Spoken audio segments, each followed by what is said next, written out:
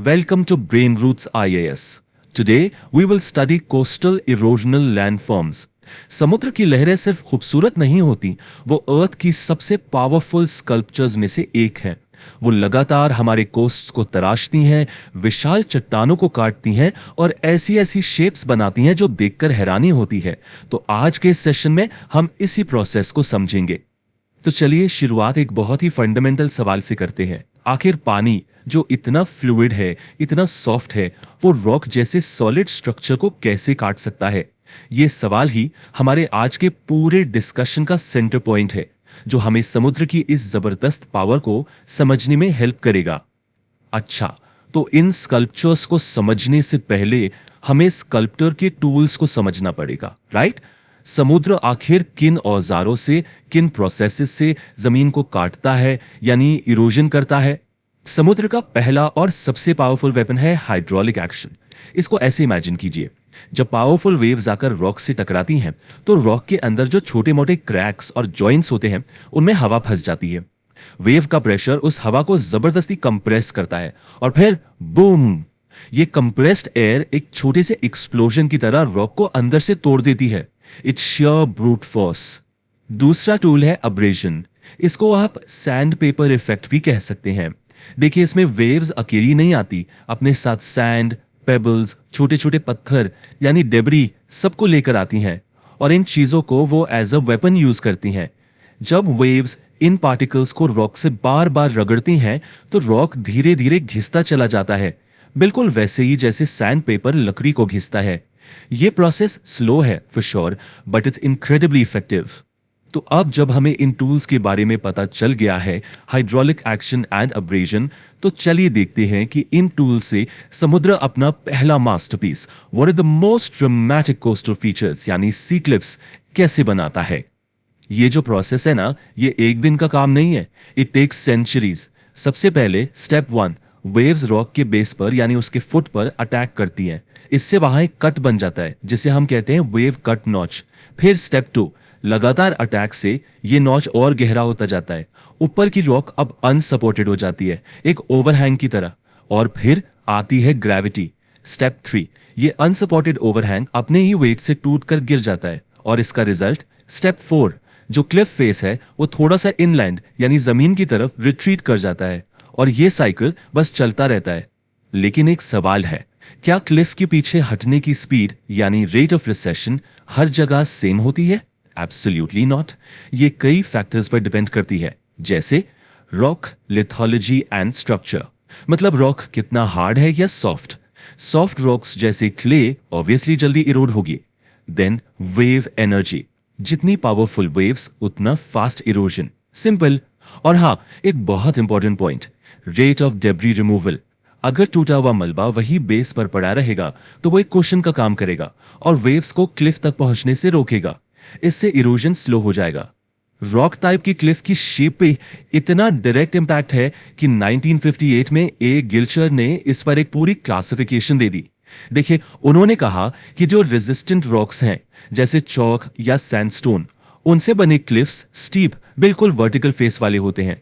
On the other hand, weak rocks जैसे clays या shells, उनसे बने क्लिफ्स का एंगल लोअर होता है, वो लेस स्टीप होते हैं। और इंटरेस्टिंग तब होता है जब दोनों टाइप की रॉक्स एक साथ मिल जाती हैं। ऐसे में बनते हैं कंपोजिट क्लिफ्स, जिनका प्रोफाइल काफी कॉम्प्लेक्स होता है।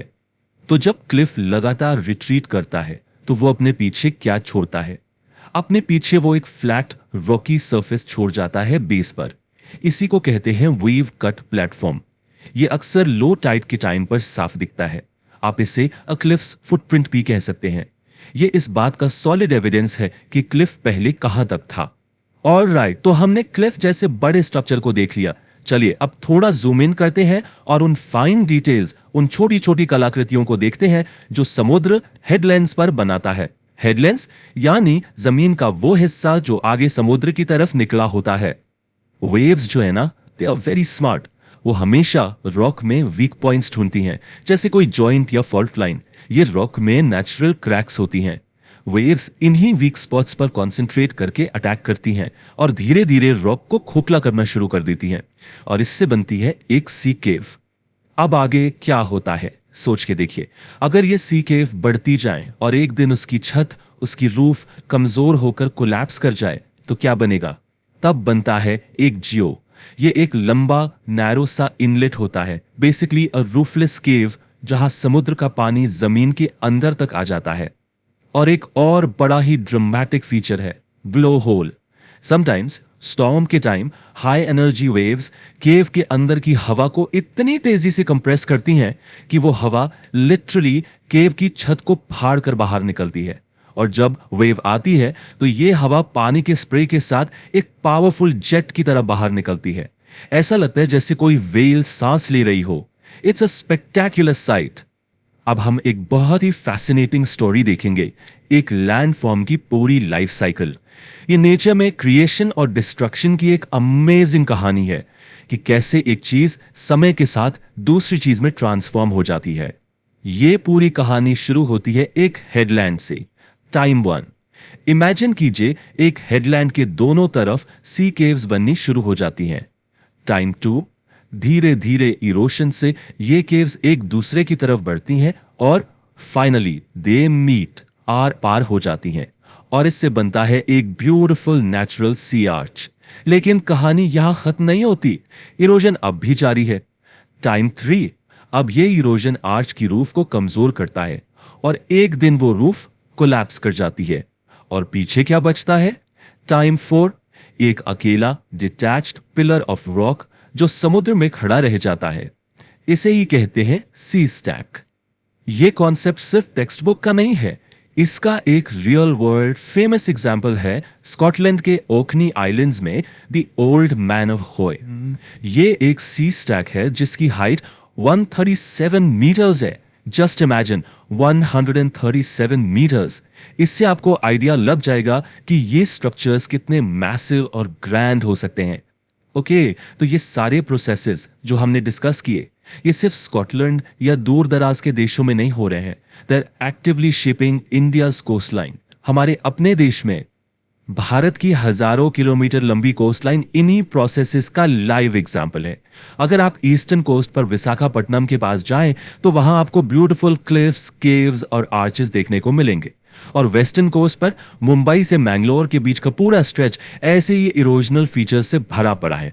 स्पेशली महाराष्ट्र में रत्नागिरी के पास आपको बहुत ही प्रोमिनेंट हेडलैंड्स देखने को मिलेंगे। और सिर्फ हेडलैंड्स ही नहीं, रत्नागिरी के पास जो क्लिफ्स हैं उनकी हाइट 45 से 90 मीटर्स तक है। 45 टू 90 मीटर्स, इसे पर्सपेक्टिव में रखें तो ये लगभग एक 30 स्टोरी बिल्डिंग जितनी हाइट है। ये डेटा पॉइंट हमें बताता है कि इंडियन कोस्ट पर भी ये लैंडफॉर्म्स कितने इंप्रेसिव स्केल पर मौजूद हैं।